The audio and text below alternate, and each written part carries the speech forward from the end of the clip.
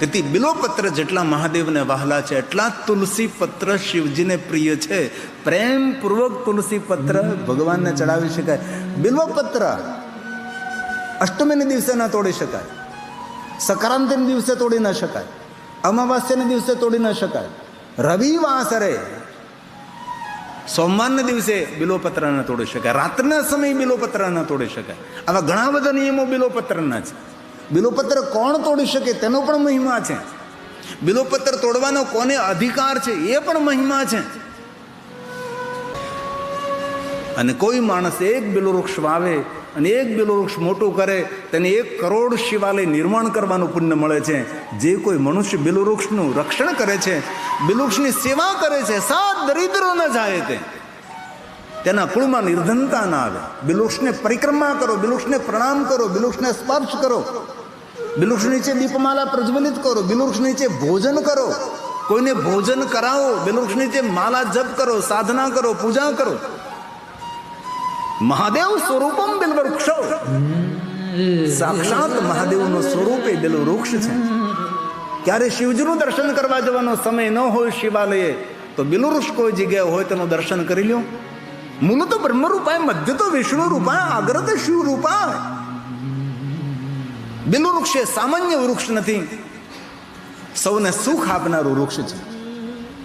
શ્રી વૃક્ષ છે, સંપત્તિ આપનાર, લક્ષ્મી આપનાર વૃક્ષ છે. લક્ષ્મીની સાધનાનું ફળ એ બિલ્વવૃક્ષ છે.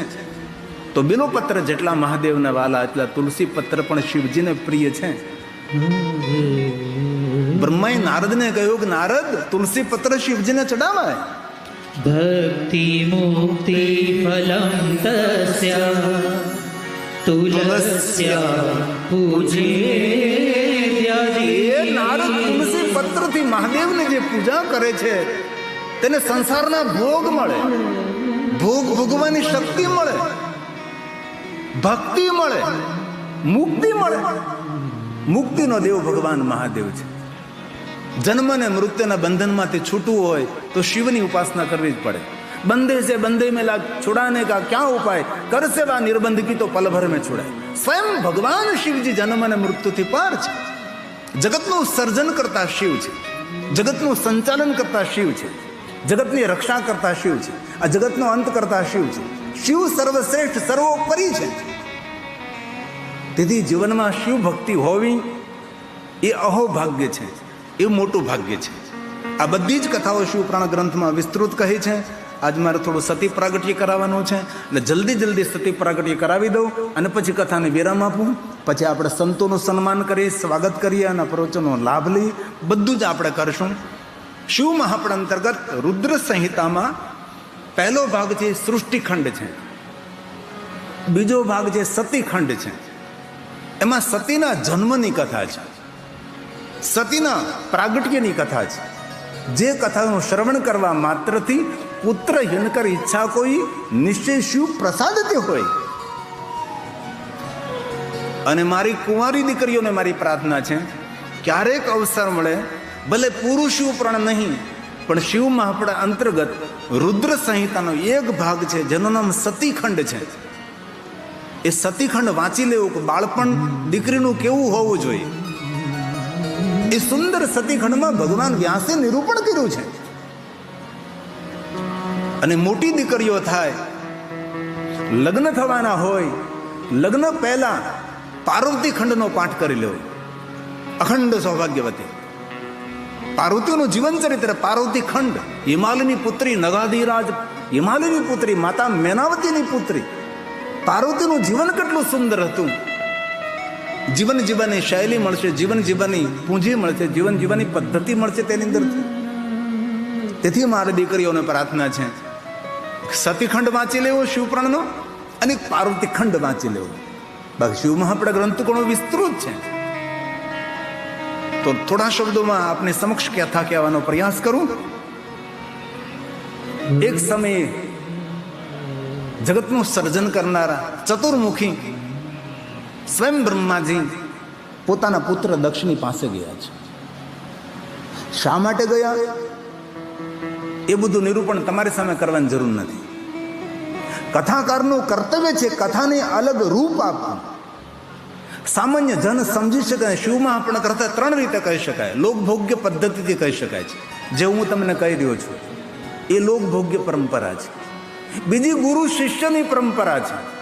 ત્રીજી પરમહંસોની પરંપરા છે. બ્રહ્માનંદ મિટા દે પડદા તો ઘટઘટ દર્શન પાવું, ત્યાં કથાને કહેવાય. તેથી કથાને યોગ્ય આકાર આપવો. ઘણા ચરિત્રો ભગવાનના હોય, જન સમાજની સામે નહીં કહેવાય, અને કહેતા આવડે તો જ કહેવાય.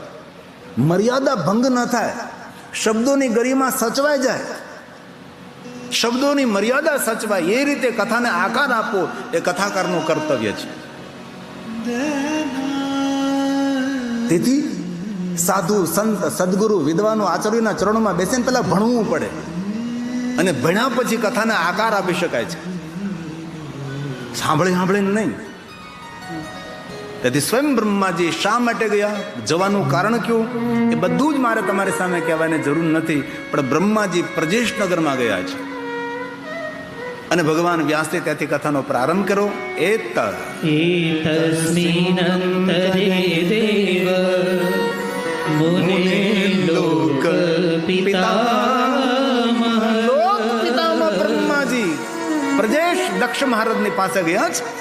તત્ર ગમયં પ્રીત્યા જ્ઞાત્વાત ચરિતં ધૃતં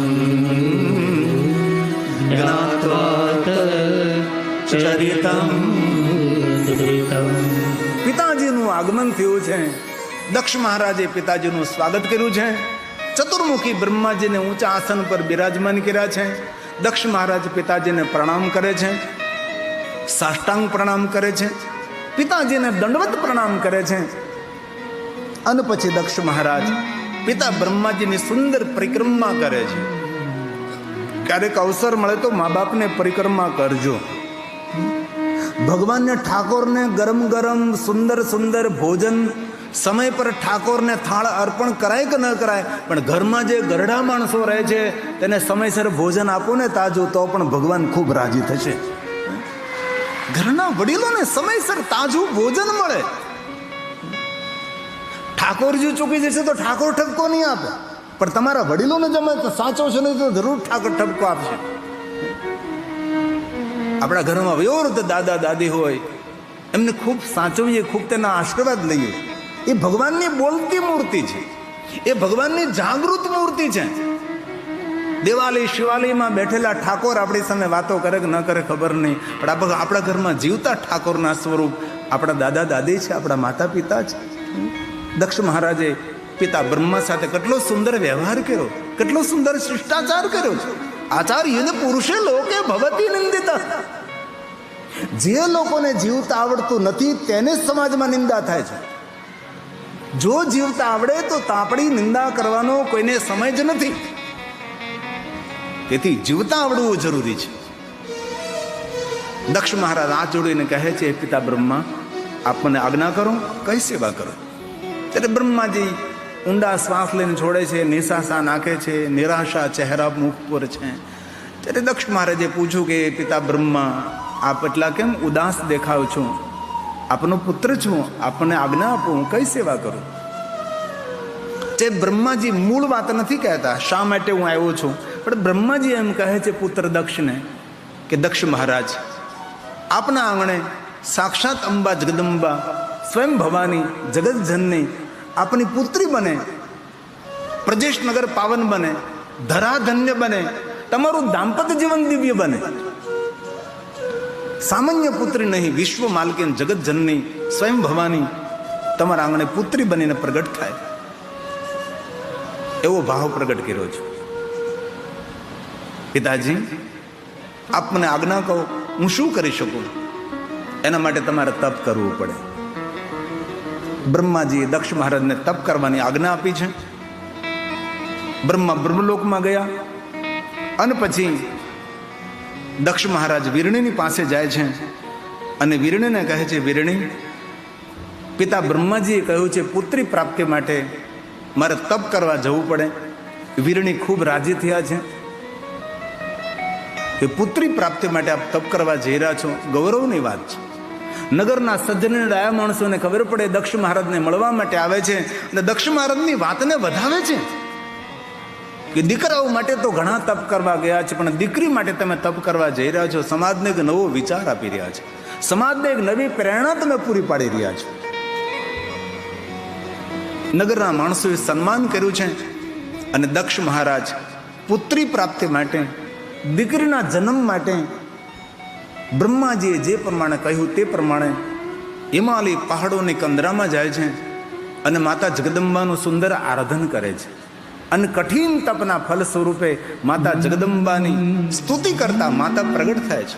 સુંદર માતા જગદંબાની સ્તુતિ છે. આ તો નવરાત્રિ ચાલે છે, આ તો ચૈત્રી નવરાત્રિ છે. વિશેષ પ્રકારે માતાની ઉપાસના નવરાત્રિની અંદર. અને દક્ષ મહારાજે જગદંબાને સુંદર સ્તુતિ કરી છે. આખી તો ગાવાનો સમય નથી, પણ એક શ્લોક તેમાંથી બોલીએ આપણે, જે દક્ષ મહારાજે માતા ભવાની માટે સુંદર સ્તુતિનું ગાયન કર્યું છે. મહેશાની નમસ્તુભ્યં. જેટલા જેટલા શિવજીના નામ છે એટલા શિવાનીના નામ છે.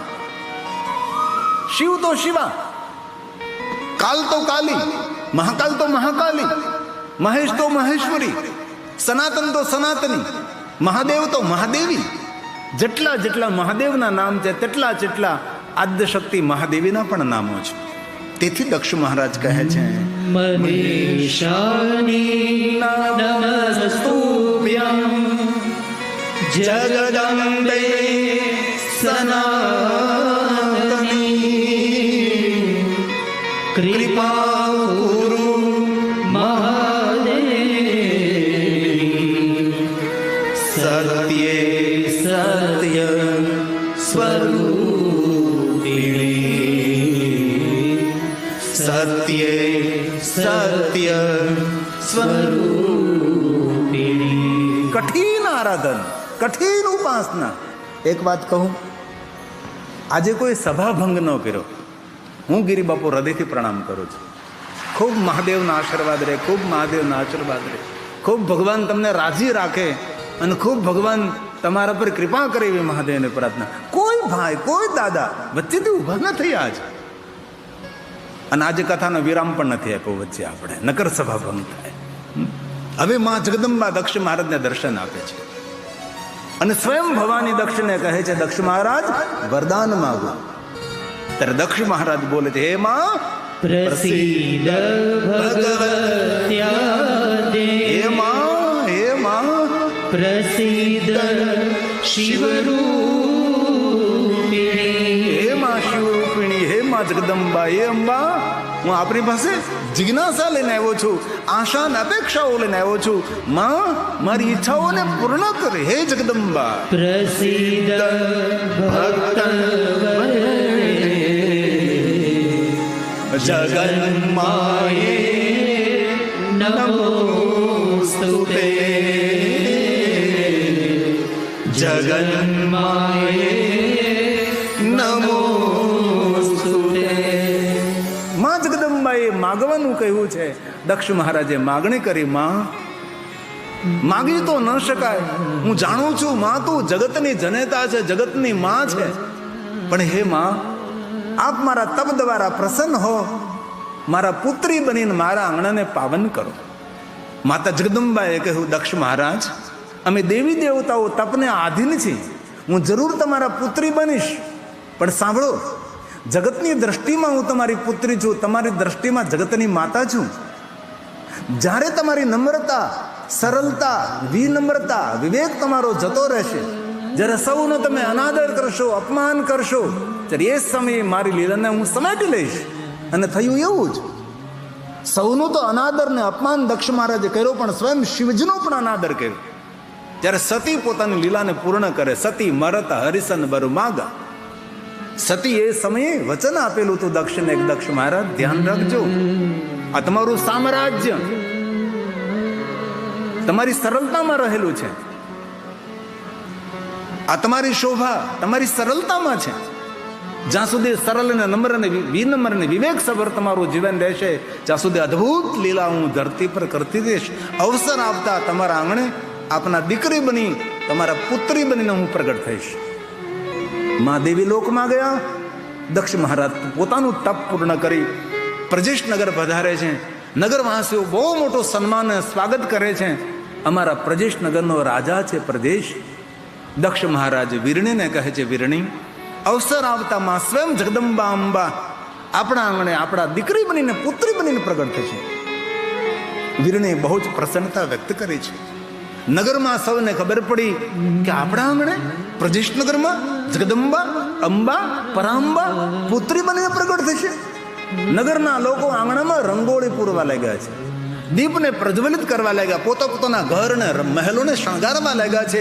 દક્ષ મહારાજે પોતાના મહેલને શણગાર્યો છે, રંગોળીઓ પૂરી છે. ઋષિ મુનિઓ, સાધુ સંત, મહાપુરુષો સાધના, અનુષ્ઠાન, ઉપાસના, પૂજા અર્ચના, આશ્રમ, મઠ મંદિરો છોડીને પ્રજેશ નગરમાં આવવા લાગ્યા કે પ્રજેશ નગરમાં જગદંબા પ્રગટ થવાની છે. પોતાનું બધું જ અધૂરું છોડી પ્રજેશ નગરમાં આવ્યા છે. જ્યાં જ્યાં જગ્યા મળે ત્યાં ડેરા ડાલવા લાગ્યા છે અને માની રાહ જોવા લાગ્યા છે. 1 મહિનો વીતો, 2 મહિના વીતા છે, 3, 4, 5, 6, 7, 8, 9 માં જગદંબા સ્વયં વીરણીના ગર્ભમાં નિવાસ કરે છે. માનું તેજ વધ્યું છે, નગરમાં સુગંધ ફેલાય છે, મંદિરોમાં દીપ પ્રજ્વલિત થવા લાગ્યા છે, સૌના હૃદયમાં આનંદ વર્તાવા લાગ્યો છે, ખુશી થવા લાગી. આપોઆપ કાંઈ નથી તો પણ આનંદ આવવા લાગ્યો છે, ખુશીની લહેર ચાલવા લાગી છે. અને બ્રહ્મા નારદને કહે છે, નારદ, તમને ખબર છે ગતેષુ નવમાસેષુ ગતેષુ નવમાસેષુ કારયિત્વા ચ લોકે કિમ. હે નારદ, જોતા 9 મહિના તો પૂર્ણ થઈ ગયા. દેવતાઓ અંતરિક્ષમાં મંડરાવા લાગ્યા છે, હાથમાં પુષ્પ છે, વાદ્યો વગડે છે, ચારો બાજુથી જય જયકાર સંભળાવા લાગ્યો છે. પ્રથમમ શૈલપુત્રી દ્વિતીયકમ બ્રહ્મચારિણી માં જગદંબા માં અંબા માં ભવાની હવે પ્રગટ થવાની તૈયારીમાં છે. પ્રદેશ નગરને પાવન કરવાની છે. આદ્યશક્તિ અંબા જગદંબા. પ્રથમં શૈલપુત્રી દ્વિતીયકમ બ્રહ્મચારિણી તૃતીયકમ ચંદ્રઘંટેતિ કુષ્માંડેતિ ચતુર્થકમ પંચમં સંધમાતેતિ ષષ્ઠં કાત્યાયનીતિ સપ્તમં કાલરાત્રિ ચ મહાગૌરી ચ અષ્ટમં નવમં સિદ્ધિદાત્રી ચ નવદુર્ગા પ્રકીર્તિતા. ઉત્તાન્યતાનિ નામાનિ બ્રહ્મણૈવ મહાત્મના.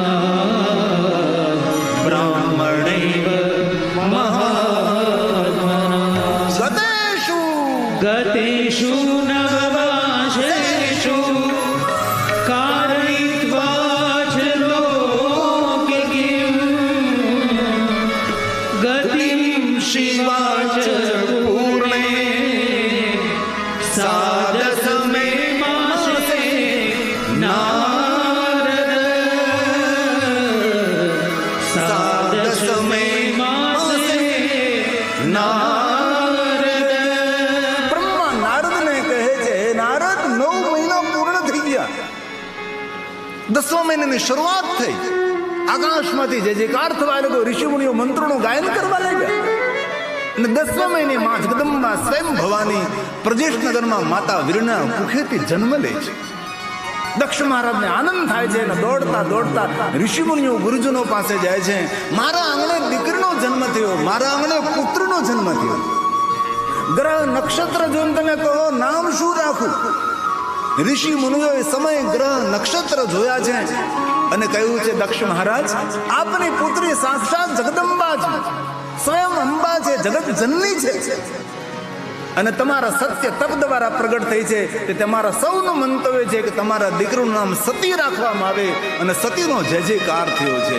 દેવતાઓએ આકાશમાંથી પુષ્પની વૃષ્ટિ કરી, નગરમાં સૌએ સતીનો જય જયકાર કર્યો. જય હો, જય હો, જય હો, જય હો, જય હો માતા ભવાની. જય હો, જય હો માતા ભવાની. મારે આંગણ પધારે